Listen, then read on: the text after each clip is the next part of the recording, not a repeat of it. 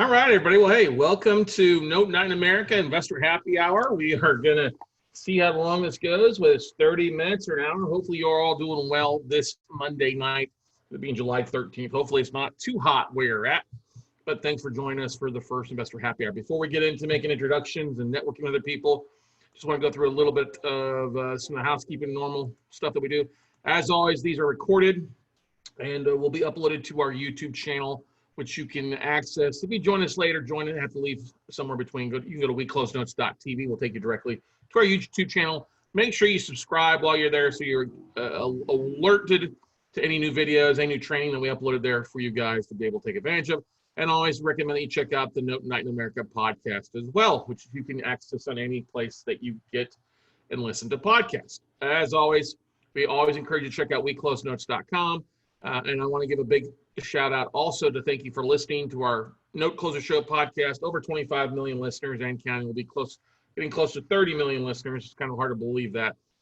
615 plus episodes, 600,000 unique individual downloads. And you can always go to noteclosershowpodcast.com to listen to that show specifically. But once again, thank you. Please leave a review on iTunes or subscribe there as well. But anyway, guys, this week we kicked off our Note Nation Top 40 Tour. Great success so far, hitting 6 cities across the country. This week we roll into the second set of 6 cities that we'll be featuring. And I'm really excited because we've got some great markets we'll be talking about. Obviously, tomorrow, before we get into the 6th, if you have not been a part of it, you can always go to notenationtop40.com. That's our website for that. And check out the 40 cities that we're hitting, that we're doing our virtual tour to, that we're rolling into over the next couple of weeks. The replays for the first 6 we hit there, you can identify those because they have the blue button to watch the replays. We run this from July 7th through August 19th. So we're going to be very busy over the next couple of weeks as we target different markets all across the country. We're discussing the markets, the trends, current timing, some different opportunities currently and future on the residential, commercial, and then also talking about, hey, what's good, what's bad in the markets currently and what to expect later on. Got a lot of good reviews. If you've been a part of it, to one of the 6 markets so far, thank you so much. Always love to get your feedback and how we can make the virtual tour a whole lot better. But anyway, we hit Washington, D.C. tomorrow night and Seattle, one early at 7 o'clock Eastern, one at 7 Pacific. Then we roll in on Wednesday with the Denver market alone by itself. And then on Thursday, we'll do Dallas and Sacramento. And then next Sunday, we'll follow up with the Boston market. So another 6 big cities that we're hitting this week as well. As always, those recorded and live streamed. But would love for you guys to be part of the virtual Zoom call, the webinar, so you guys can join in and we can see who's going on there. We're really starting to get some traction, really seeing views start to increase, and we're really excited about this stuff as well. So if you know somebody who's investing in a market, please feel free to refer them to Note Nation Top 40, and we'll be glad to have them be a part of that webinar and ask questions live Q&A. So, but anyway, we do have an upcoming event, not this weekend, but in next weekend, 2 weekends out. We call it the Note Weekend for just $49 at noteweekend.com. For those that don't know, it's our one-day kind of our Cliff Notes version of note training. Runs from 9 to 3. We include our one-day note training, which is usually $99. We throw in a day of us calling banks, which is $49. We've got that coming up in July as well. We'll actually throw in this month's or June's list of the Bauer financial list. They come out quarterly with that. That's a $360 value. And then we always encourage those that are on it to have a 30-minute phone call with me to kind of help them identify opportunities and where they can go. The replays are included along with a Facebook group. That's all included, over $1,000 in bonuses, and it's all just for $49. So if you're interested, you can sign up at noteweekend.com and be a part of that as well for everybody. So, but any questions about that stuff before we dive in and start networking and seeing who is here and who's where and what you're focused on?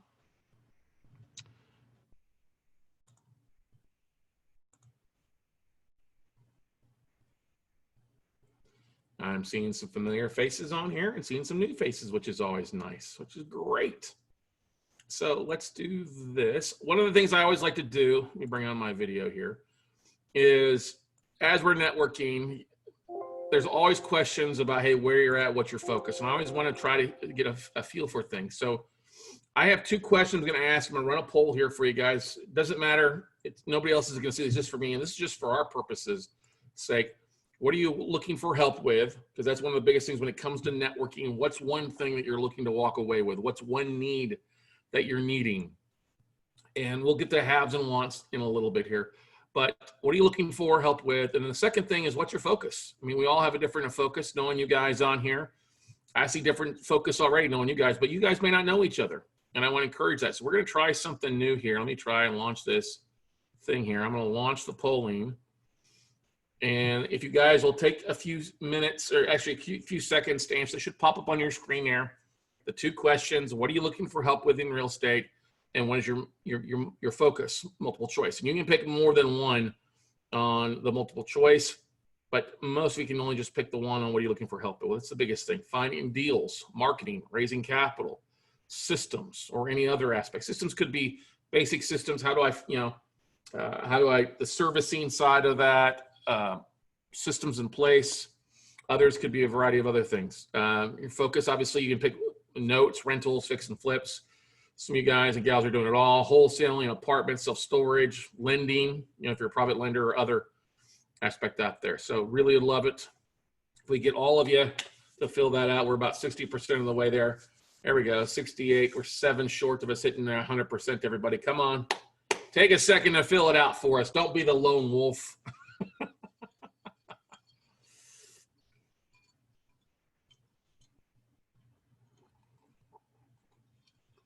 Notes, rentals, fix and flips. Makes sense. Wholesaling, apartments, some self-storage, lending. Okay, good there. A couple more. I know a few of you are just hanging out there. Please answer the questions. Give it another. Oh, there we go. 4 more. Come on, 3 more.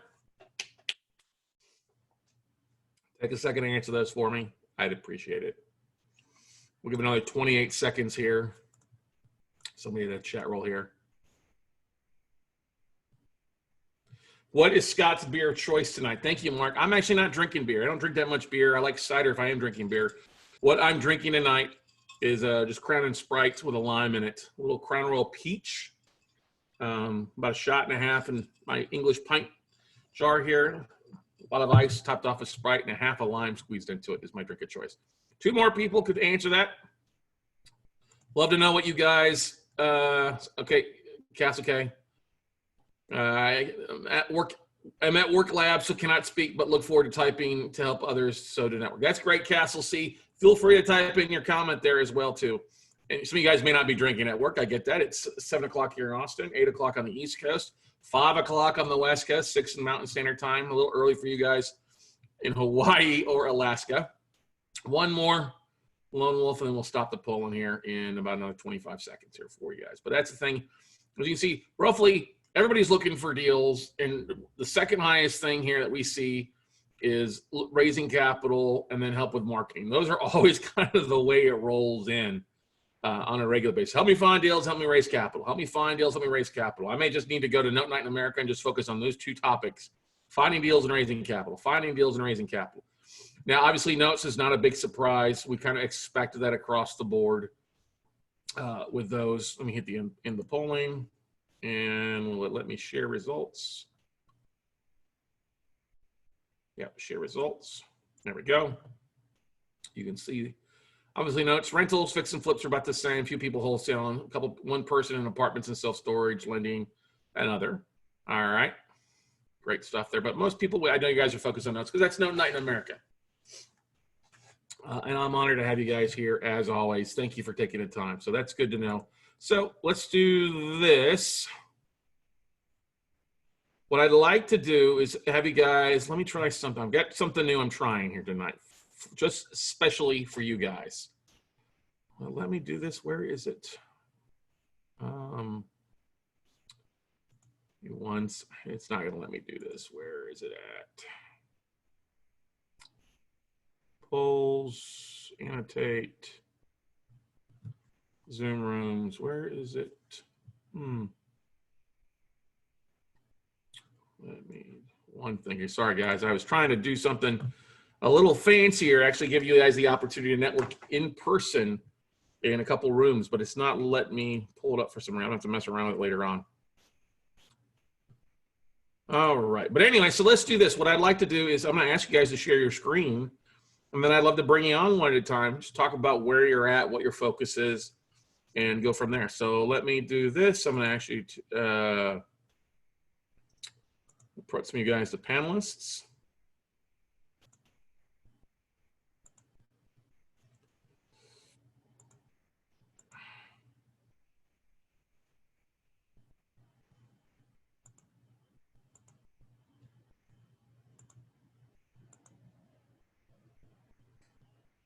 I'm going to do those 4 first that I just allowed to do that. So let's see. Panelists are actually 5. So let's start with you guys. Anybody on here to like to jump on and share a little bit about who they are, where they focus on? Jay Tenenbaum, you'd be interested in jumping on? First, I'm going to unmute there. Sure, no problem. Jay, can you Can you hear me? Let me bring on your camera here. There we go. You know I'm going to pick on you, brother. Not a problem. How are you? Good to see you, man. How's it going? Terrific. How you doing? I can't complain. Trying to stay cool in this 100-degree heat. I'm sure you're doing the same thing there in Arizona, huh, bro? Oh, it's only 111 today. We're good. You guys are good. That's fine. A little bit. So maybe you may not know, Jay and I've been friends, golly, what, going back 4 years, 5 years now? Since 2013, like 7 years. Wow, 7 years. Time flies, right? It'll be 7 years next month, really, actually. Come think of it. Wow. Good stuff. And you've done a lot in the note business, bought a couple hundred non-performing notes, got in the rental space, bought a portfolio of rentals, done some creative stuff. What are you working on now, Jay? So yeah, I'm up over 350 deals between notes, rentals, properties, and such. We've been kind of focused a little bit on buying some late stage foreclosures, where they're going to sale like 5 minutes after we buy them or within the next month or so. We launched a podcast about 6 weeks ago. I'll have to have you on. We've launched the software, as you know, so we're starting development. It'll be actually rolled out in August. So yeah, I've been pretty busy.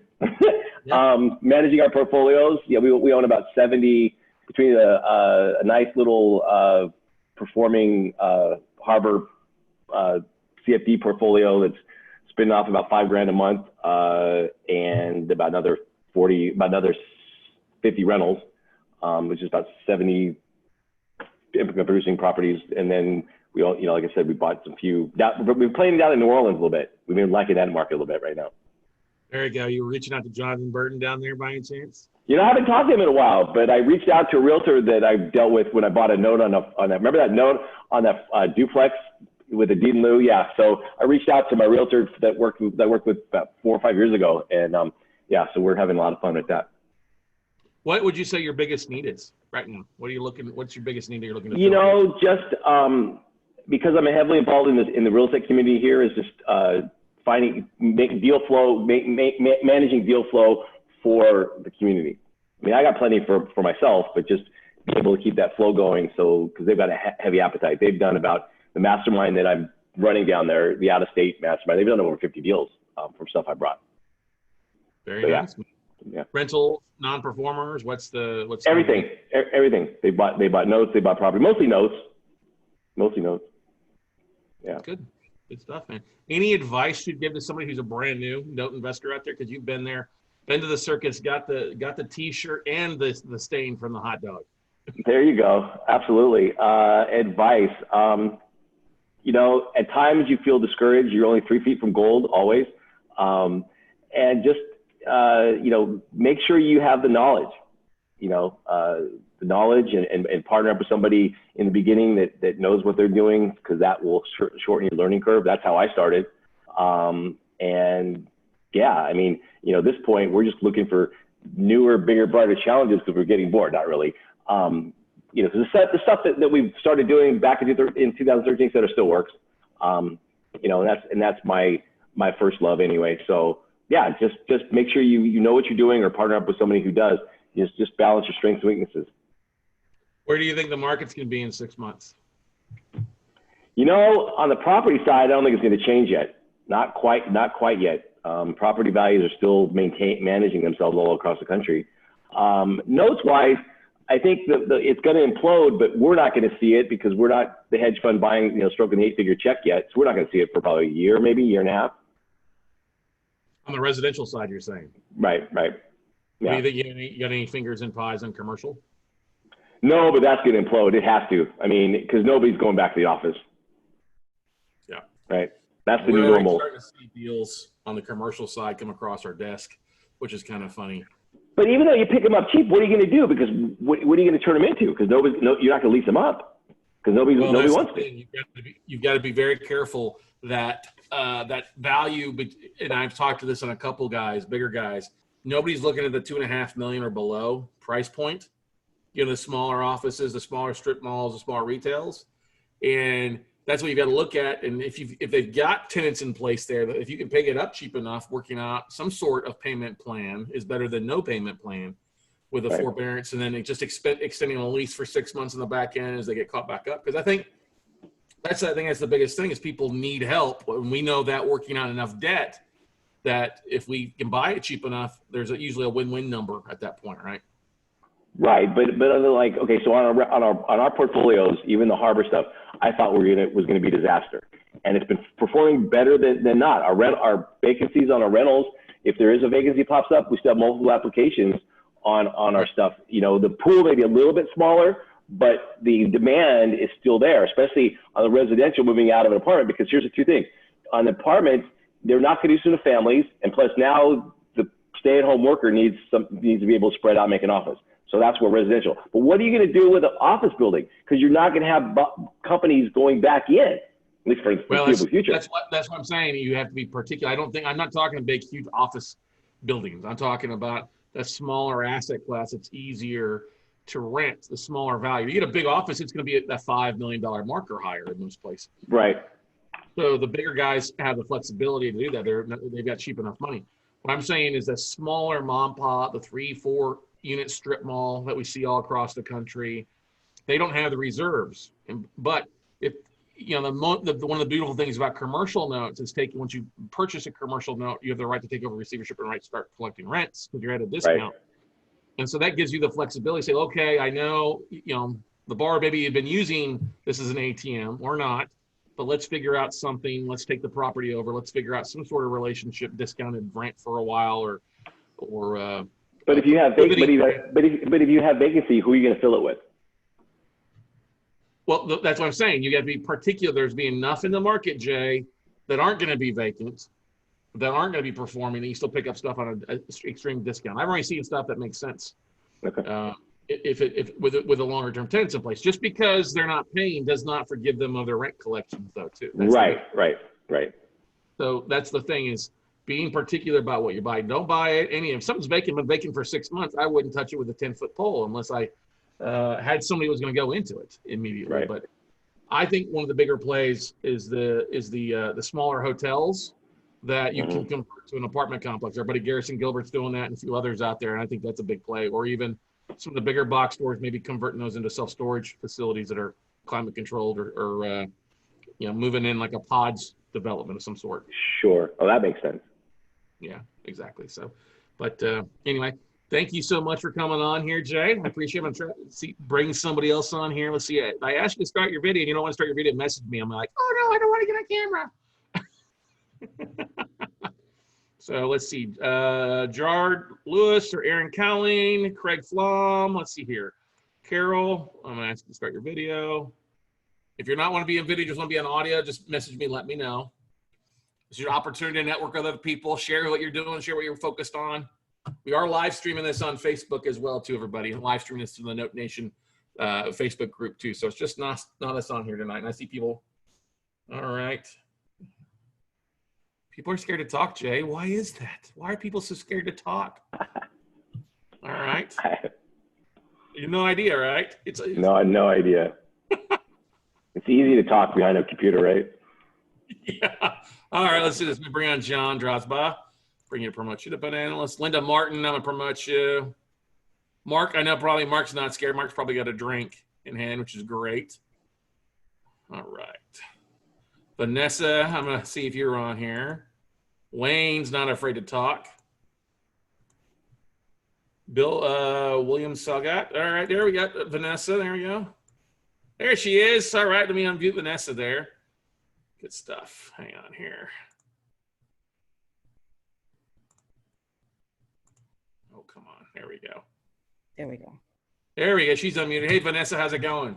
Hey there, I'm doing good. How are you doing, Scott? Good, good. You feeling San Francisco state of mind tonight, even though you're in Absolutely. Maryland? Yes.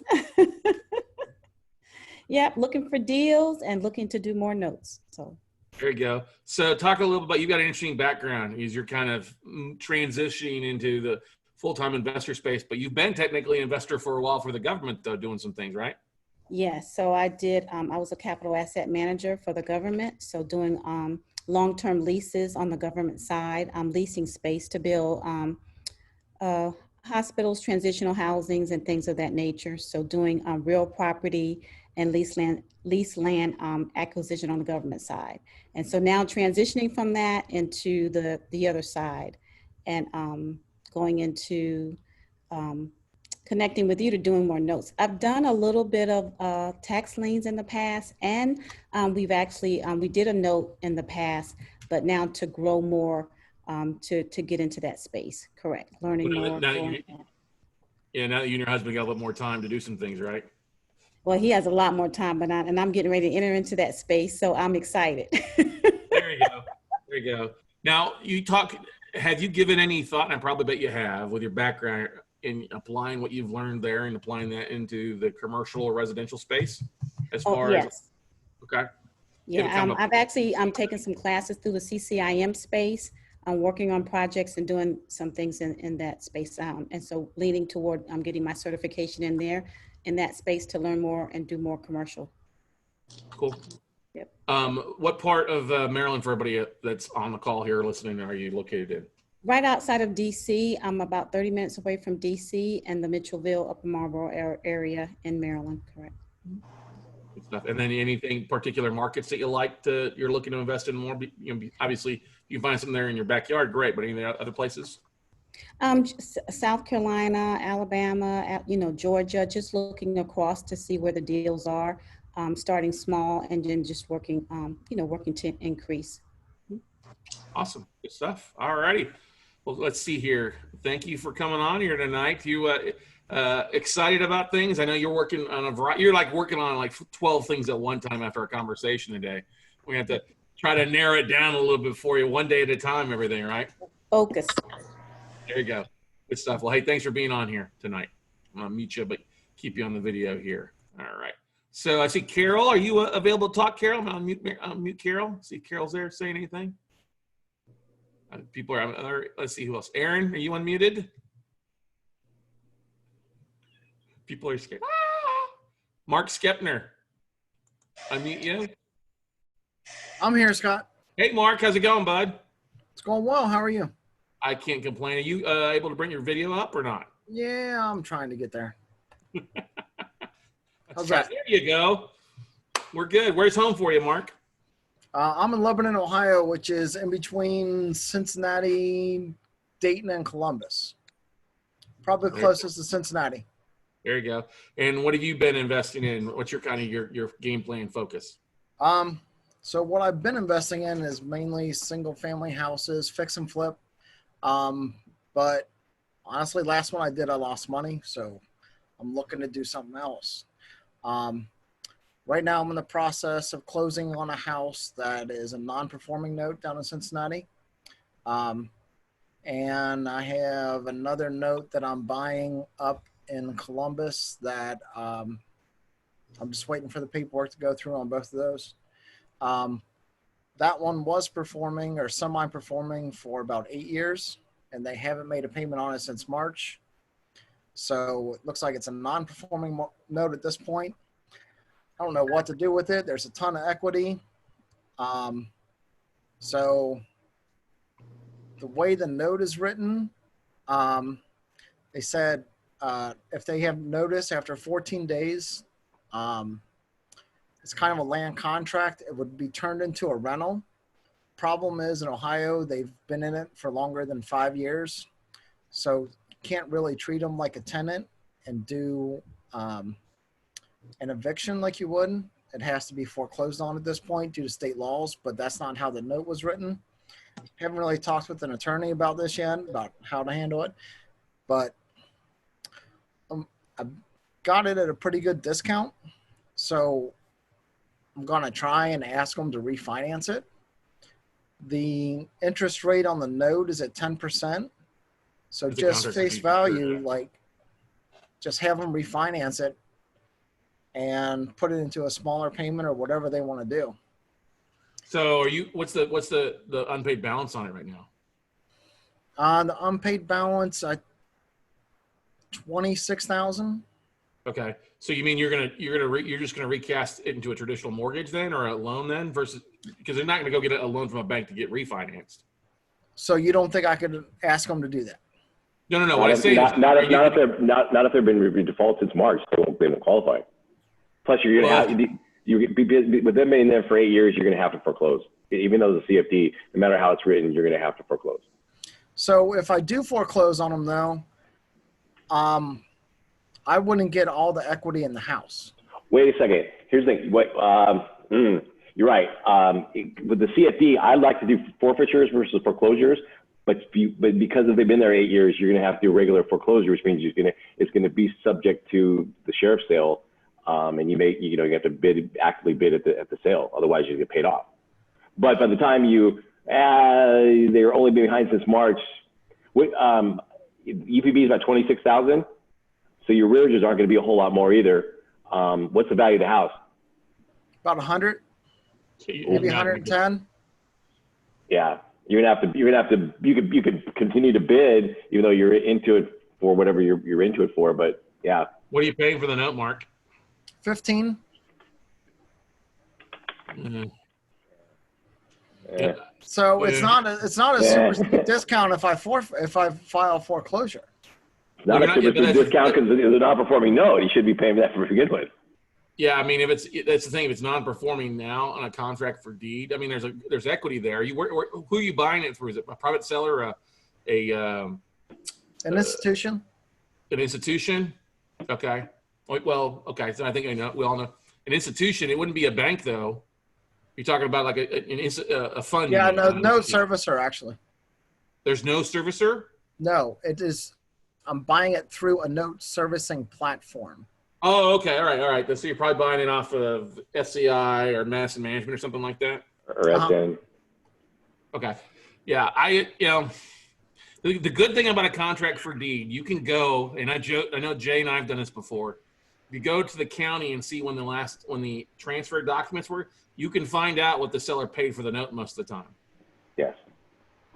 So if you go and see what the last transfer, the transfer date, whoever bought it, whoever you're buying it from, you can see what they actually bought that note for. And that might be a tool, because just because it's worth 100 doesn't mean anything, because of all that equity. And if you have to foreclose, your highest offer is going to be what you're owed the payoff amount. You're not going to get all that equity. They've been there eight years, so whatever. Depending on if the institution's been holding it for, originated it, they made their money back already. They're giving it away for profit. But here's the thing, we're focused on the foreclosure and the equity and everything else. But if they only stop paying in March, it's probably COVID related. Yeah. So you could very well, if you run your numbers on what it's going to ultimately be as a performing note, you'd probably be okay. Yeah, because if he's buying it at 15 and that's at a 10, if you get him to start paying up again, that's a 20% cash and cash return for the most part. What's the monthly payment on it? So the taxes and insurance are escrowed. Without the taxes and insurance, the monthly payment's like $380, and with it, it's around $520. Yeah, so 380 is all you can figure out. So that's not bad. That's still not a bad day. Yeah. No, it's 28%. If you get it before, it's 20% return all day long. Yeah. I would just reach out to them and try to say, hey, what's related? And you should be able to get the servicing notes before you close to find out why they stopped paying. Right. So I think the servicers reached out to them several times and haven't really been able to make contact. Well, but the thing is, are you taking that hearsay, or you should still get the servicing notes? Ask for the servicing notes from the servicer, from the seller. Correct. Is the CFD recorded? Yeah, it is. And you have to foreclose anyway. Yeah. Yeah, you have to foreclose if you can't get it reperforming. But if they've been paying on time in just the last 3 months, it's COVID related. I would do a skip. I would see if you can't track down what the borrower does for a living. See if you can't see where they're working at sometimes. Do some social sleuthing. The soft collateral may have the loan origination. Well, it's 8 years. It may not be current. So I went up there and verified that they're still living at the house. So I watched Okay. them. I They don't know. taking care of the house?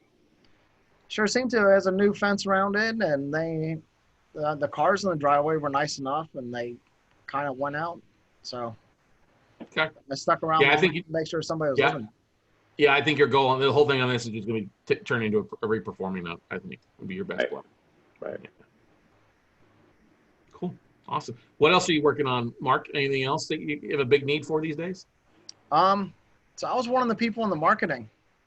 So I just who was it? Notesellerslist.com. I just put in an order today for 4,000 names.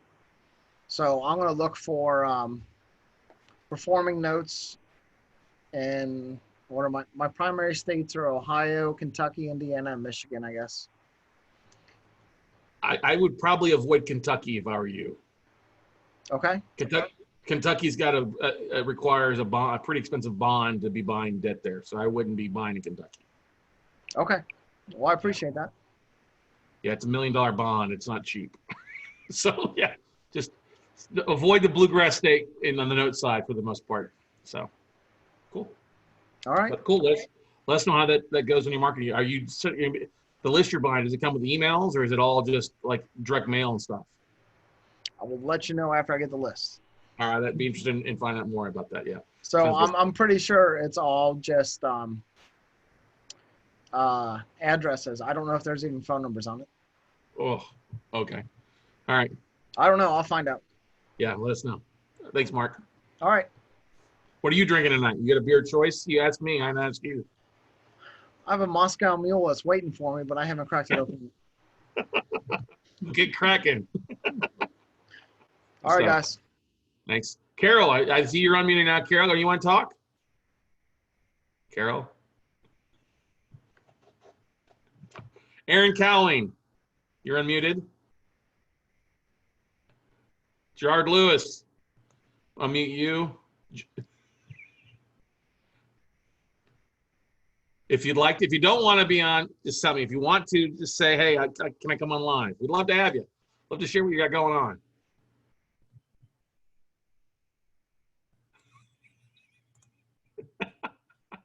Ronald Hood, which I'm gonna allow you to talk. There we go. Mark, who else on here? Sree, do you want to come on, Sree, and talk? Steve. Hey, I'm Ron Hood. Can you hear me?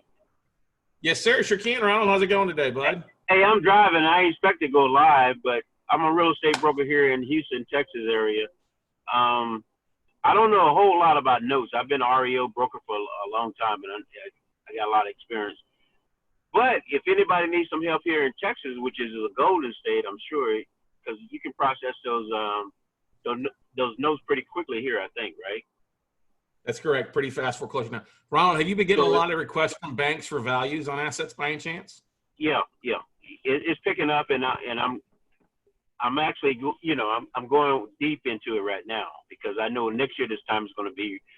Because I was in the market in 2008, 9, 10, but I was working for Keller Williams. I actually worked for Mark Willis back in the day, and I didn't benefit the way I should have. But I'm scaling up this time. Now, are you seeing, especially here in Texas? I mean, Houston. If our governor and our mayors can get their act together, Houston's going. Are you in Texas also?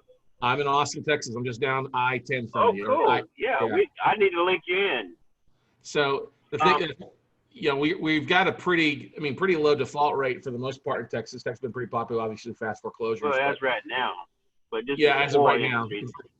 Yeah. But that's the question I was going to ask you. With Houston being such a heavily driven oil and natural gas markets, a lot of companies, like Halliburton out that neck of the woods, giving forbearance agreements. So not forbearance agreements, but laying people off for an extended period of time. Furloughing everybody, and then a lot of the other companies there, especially the oils, have kind of been shutting down with the oil market being there. That's what I'm saying. Are the houses you're seeing? Any way to tell if that's the oil cause of that, or tourism, or anything like that for the most part causing those? I would think that's a fraction, but the biggest hits are going to be the people that actually work for the servicing companies, the restaurants, the hamburger stands, the C-stores, the hotels. And I know a lot of those people. I'm actually in Sugar Land, Texas. That's where I live. And it's a lot of people that's not going to be able to go back in business. So they're trying to sell off right now. So I'm trying to strategize where I can support a lot of them now to try to probably sell their properties before market. And I am a real estate broker too. Okay, cool. One of the things that I'm looking for partners right now. I'm looking for people with money that want to invest in this golden area here. Well, Houston has a wealth of real estate investors. I think Houston has, let me pull this up. I actually have the numbers for it. Houston has a total of 67,000 plus real estate investors that claim real estate investor on their taxes. And they have a total of 57,000 people that have an IRA by themselves, not just a 401k, but an IRA. And out of that, 40,000 of them have 150 grand or more. Oh, okay? Yeah, easy. So it's a lot of money here. There's a lot of money. You just got to network with people in any way that you can out there. Now, the question I was going to ask you, you may not know this, but 12 years ago, 10 years ago, we saw a spike with everybody that, values risen. We saw this in Houston, saw this in Dallas, Austin, San Antonio, where garage sales listings went through the roof. All right. Because people had bought all their toys and now they were having to sell their toys off to try to pay for the house. Yep. So, and that's going to happen again, times 3. Yeah. Oh, easy. Yeah, exactly. Because this is a very rich area. I mean, even today, the average price of a house is probably about $280,000, which is nothing. I mean, I'm talking about beautiful subdivisions, way under market value compared to a lot of the big major, states like California, Florida, and places like that. And all those people relocating here. Yeah. So you being a real estate broker and the thing, what are you looking for your own portfolio? Are you looking for more rentals, fix and flips, wholesale? What's your? I'm looking for occupied properties. I'm looking for people that's interested in short selling. Like I said, I don't know a whole lot about the note business. And I was driving. I was coming home tonight from a client, and I was like, man, let me link on to this. I didn't know I was going to be direct into your organization, but I'll go with it. But I'm looking for any investors, because I'm a good partner here. I know a lot. I've been in the business a long time, and I work with hedge funds. I work with HUD. I work with a lot of people. So Houston has a very good real estate investor community. If you go to the 713 real estate investors or the Houston Real Estate Investor Network. Yeah, 713-28. Yeah. 281. Yeah, no, I know, but the name of the group is 713. Not so. Yeah, 713 REIT is good. Yeah, that too. So that'd be the first place I'd start if I were you. Yeah. Cool. Or check out Note Weekend to learn more about the note business. NoteWeekend.com. So your name's Carlson. Okay, good. I got you. I'm gonna link you in, and maybe we can do some business. I appreciate it. Thanks for linking me in. Hey, thanks, Ronald. Have a great evening. Drive safe, brother. You too. I'm home. Good, Rico. Have dinner. Enjoy. Take care. Bye. Yeah, bye. All right. Who else would like on Ryan? Sri. Let's see. Anybody chatting here? People just listening. Steve. Carol, is that you? Somebody's making some noise. Carol, Aaron, anybody? Come on, people.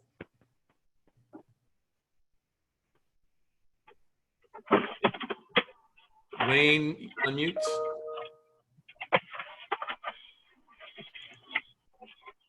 Where's Ronald? There we go. There he's going. There you go, Wayne. I hear it. Can you say something, Wayne? Well, I can say something. Whether it means anything or not is another question.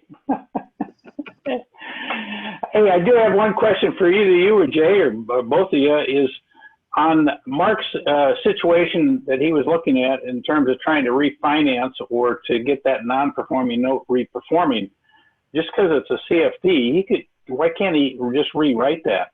and put it into a reperforming and start all over again. So here's the thing. When he said refinance, I think Mark was thinking the guy was going to get a traditional loan. We know that's not going to happen with a low balance of 25. He would, if Mark was going to recast the loan, he could basically set it up to go refinance and just create a new note, a 20-year, 30-year mortgage. But like what Jay said, if this borrower is only 3 months behind, they might as well just reapproach the guy and the gal, especially if they're living in it, they got a new picket fence. Just reapproach them and say, hey, you're 3 months behind. What's it going to take you to get back started up again? Because, you know, you could go the foreclosure route, but now you're eating up a chunk of profits. If you're in at 15 and servicing costs and foreclosure in Ohio is not the shortest, you lose a chunk of your profits, and you're only going to get your unpaid balance plus the payoff, plus the rearages for the most part. So the smart play is just approach the bars. If they were performing for an extended period of some time, be a little lenient on that 90-day. Hey, can you start paying again and paying $100 a month or $200 a month extra to get caught up on what you missed out on would make the most sense. And they're probably getting unemployment. If they lost their job, they're probably getting unemployment or some assistance. So while they're not making it a priority to pay the mortgage right now, you know, with Mark's help or with Polaris, whatever, you're like, okay, now you're getting their attention, and now you're making you a priority again. I think that you know, between the emotional equity, the equity in the house, the upkeep of the house, they're not going anywhere, and you don't have to be the big bad guy and foreclose on it. You just got to, and maybe just wait it out until they get back on their feet through whatever industry they're in or what have you. I mean, I think, you know, and I guess he's really buying it for that performing type price anyway, because it's not the greatest discount. It's non-performing per se, but it's only been 3 months non-performing. So, yeah, it's not that far back. What I was looking at was from the standpoint of him trying to go ahead and do a foreclosure, and with the forbearances that's going on with the coronavirus thing, that's pretty much shutting everything down anyway. So he doesn't have any leverage to do the foreclosure. Is that correct? I think in Ohio, the moratoriums are supposed to, at least on the eviction side, the moratorium is supposed to be lifted in mid-August unless they get extended. I'm assuming the foreclosures are probably along that same boat. I know I found out today from my property manager in Cleveland that they will allow evictions if you're $5,000, I think 6 months behind, or $5,000 in arrearages on a rent side, they will allow to evict. Okay, all right.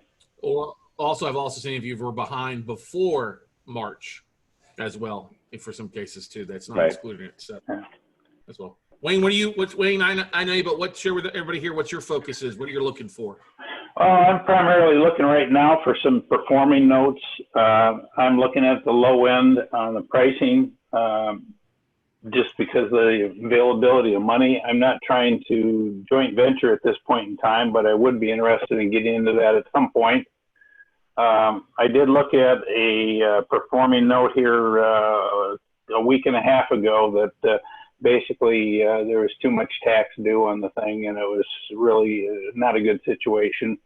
I put a bid in on another one that I was outbid on, so I ended up losing that one as well. So I'm sticking my finger in the water every once in a while, trying to see what I can come up with. So, but you're how far? You're in Norman or Oklahoma City, or where? I'm just outside of Tulsa, Oklahoma. And I'm interested in Oklahoma, but I don't have a problem. I bought stuff in North Carolina and all over the Midwest, that type of thing. So I'm interested in just about anything if we can look at it reasonably. Okay. On your performing notes, what kind of yield are you looking for in your performing notes that you're buying? Well, the one I had, I was looking at about an 18% return on it. And I wasn't really too excited about it because it was a low payment on the note. It was like $218 a month, and by the time you pay another 25 bucks in service fee on the thing, it drops it down. So I wasn't real excited about the thing. I put in a bid for $11,700 for it, and the winning bidder came in at $14,000. And the note was only like a little over $16,000. So I think I was probably in the right price. Yeah, Jay's making an ugly face. We both went, ooh, on that one. Way too high in LTV. You consider yourself glad you didn't pay that, right?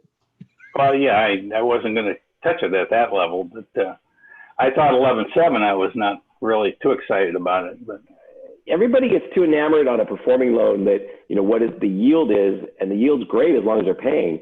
But if they stop paying, or when they stop paying is really the question. Is you're chasing at 14,000 and chase 16,000, you're chasing your money back. You're not making any profit if you have to foreclose. You're spending the money. You may get most states except for Michigan, you get the attorney fees back, but you're chasing your own money back. Yeah. Yeah. I mean, at least you buy it for 10, 11,000 and it's got 16 plus arrearages. If you get paid off at the sale, you at least make $5,000, $6,000. I mean, it makes sense. Yeah.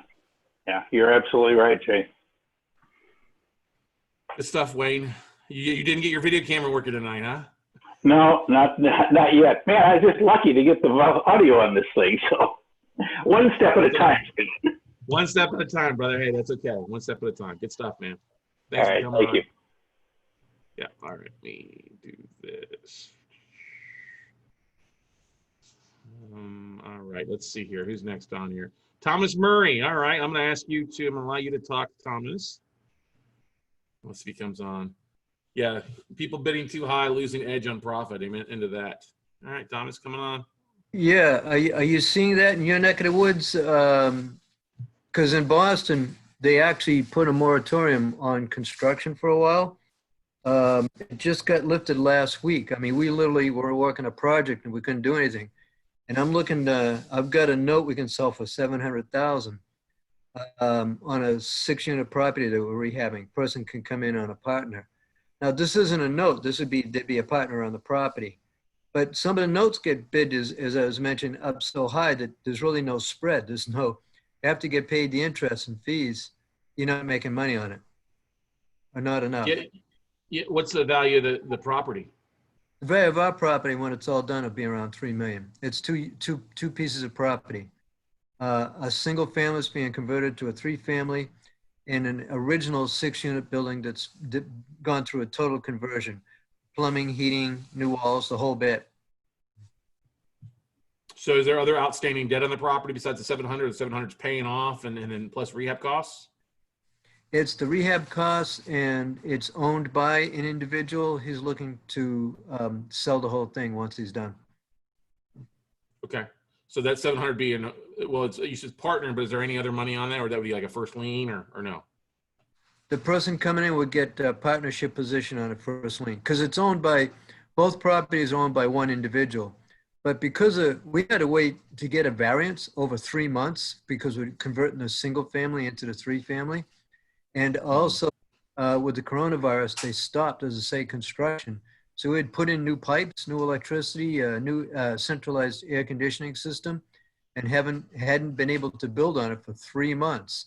So, you know, between, you know, the fees and waiting, paying the mortgages and stuff like that, the profit on it is going to be a lot less. So we're looking to actually sell the property once it's done. Cool. What else are you working on? That's it for right now. I've got another project, but that's actually new construction, stuff like that. And it's more than a $10 million project. It's all new construction. Cool. Are you got More than 10 million. I was gonna say, are you seeing a lot of construction up in Boston these days? Or, I mean, obviously it's slowed down with the moratorium, but before that, were you seeing a lot of fix and flip, a lot of rehab? Almost everything is 4 units to 6 units tall, multi-unit buildings by the bigger groups. And they're looking to like make it apartment buildings in the top 3 floors and stores, gyms, restaurants, that type of thing. Very much millennially orchestrated or oriented, sorry. You broke up there a little bit. You said office space oriented? Millennial oriented, you know. Millennial oriented, okay. Like the cluster, they like to be in groups. What's been advantageous to us in the greater New England area, Boston, New Hampshire, Rhode Island, as far as I know, I belong to 2 real estate groups up here. What we're seeing is the single family homes and the 4 units or 6 units are kind of being neglected. So, you know, it's given us the opportunity to go in either go in and flip them or go in and rehab them and own them. So that market is still open to us up here. Are you seeing a lot of good rent rates on the single families and the duplexes and triplexes, the sub-6 units? Like everywhere else, the rentals have been affected, but they haven't croaked. Number one, you get a lot of medical people up here, and if anything, the medical people are busy. Then you've got a lot of complex infrastructure here. You have a lot of electronics and high-tech industries here, plus the colleges. A lot of the college kids have gone home, but that hasn't affected us because those are tax-free institutions. But I'd say about 60% of the people are paying their rent, 30%, 40% aren't. But that's better than other sections of the country where it's like 60% aren't paying and 30 to 40% are. Mm-hmm. Yeah, I've seen some statistics at different parts, especially in the multifamily. It's still about 90, 95 cents on the dollar people are paying on the multifamily side across the country. And I know, Jay, you've probably seen some of those numbers as well, too, and on different rentals. You and I were both talking beforehand. You know, your loan portfolio didn't take too big a hit. What about your rental portfolio, especially the one in like in Evansville that you've got? Evansville, I've got only three at 39 units. I only got 3 that are delinquent, and those are delinquent before COVID. Okay, yeah. So that's about national average 85%. No, I mean, our property manager, when COVID first hit, we talked in March. He's like, okay, March was not affected because most people paid, the first part of March before everything started dropping. April, we figured it would be residual. People still had a little bit of money left. As we thought that this could go on 6 to 9 months, May and June, everybody thought was going to be a death knell. And then the country started opening up again, so kind of didn't change much. He was running around across the entire portfolio, running under management. He was running about a 12% delinquent, which he says it wasn't as bad as he thought, which usually around is a December kind of number. But I just looked at ours, and like I said, when I look at the 3 delinquencies, mine's at 9%. So I'm fine. Knock on the wood there. Yeah, exactly. Yeah. Yeah. Good stuff. Well, awesome. Well, hey, thank you so much for sharing that, Thomas. Appreciate it, bud. You're welcome. All right, welcome. All right. Who else wants to come on and talk here for a little bit tonight? Share what they're focused on, share what they're looking for. Sylvia, you want to come on and talk?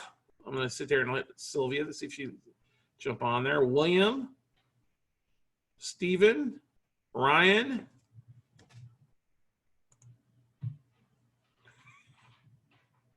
People like listening when they're cooking dinner.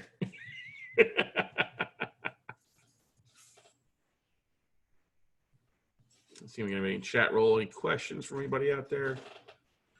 All right, well, if there's no other questions, somebody wants to hop on, we're right at about an hour. I want to thank everybody for coming on here and sharing. And those that shared, thank you so much. Those that listened, thank you for listening. Thank you for everybody for coming on and being a part of the virtual Investment Happy Hour. Hopefully it was well. Cheers to everybody. Don't drink and drive. Stay safe. It's dinner time here, and I'm hungry. Yeah, that's right. What's for dinner, hungry man? You got a hungry man thing? I think my son's gonna cook us some salmon. Oh yeah? Yeah. You and the girls? No, it's my son and I. Oh, just your son and I. Okay. Yeah. All right. Yeah. Good stuff, brother. We'll see you later. Thanks. Thank you. Thanks, everybody. See you later. Bye.